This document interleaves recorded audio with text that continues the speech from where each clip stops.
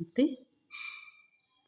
आज का मुरली तारीख February 28, 2025।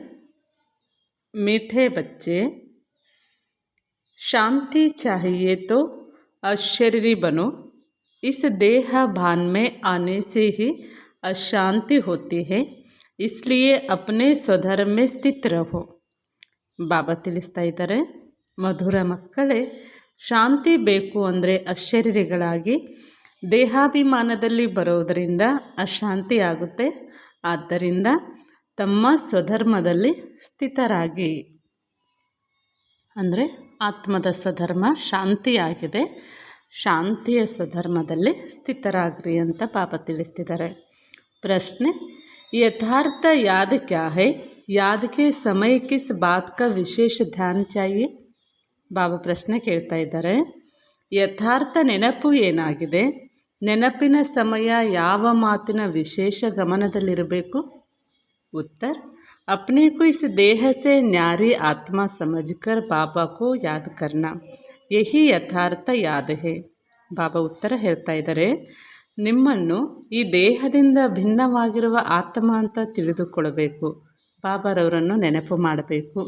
ಇದು ನಿಮಗೆ ಯಥಾರ್ಥವಾಗಿರುವಂತಹ ನೆನಪು ಆಗಿದೆ. ಕೋಯಿ ಭೀ ದೇಹ ಯಾದ ನ ಆಯೆ, ಯಹ ಧ್ಯಾನ್ ರಖನ ಜರೂರಿ ಹೇ. ಬಾಬಾ ನೆನಪು ಮಾಡಲಿಕ್ಕೆ ಕುಳಿತುಕೊಂಡಾಗ ಯಾವ ದೇಹದಾರಿಯು ನೆನಪು ಬರಕೂಡದು, ಯಾರ ದೇಹವೂ ಸಹ ನೆನಪಾಗಬಾರದು. ಇದರ ಬಗ್ಗೆ ನೀವು ಗಮನ ಇಟ್ಕೊಳ್ಳಿ.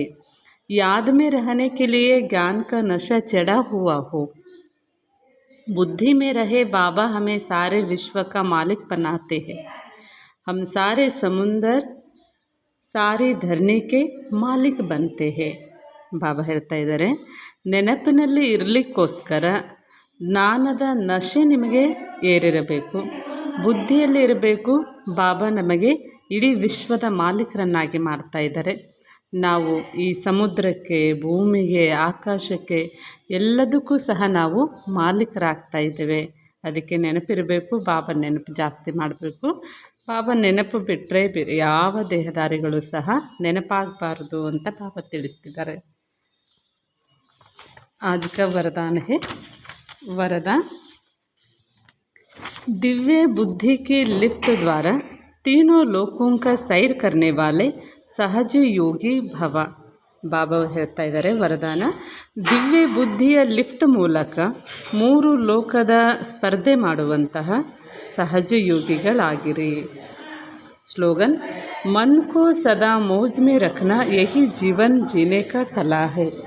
ಮನಸ್ಸನ್ನು ಸದಾ ಮೌಜಿನಲ್ಲಿ ಇರುವಂತಹ ಇದೇ ನಿಮ್ಮ ಜೀವನದ ಕಲೆಯಾಗಿದೆ.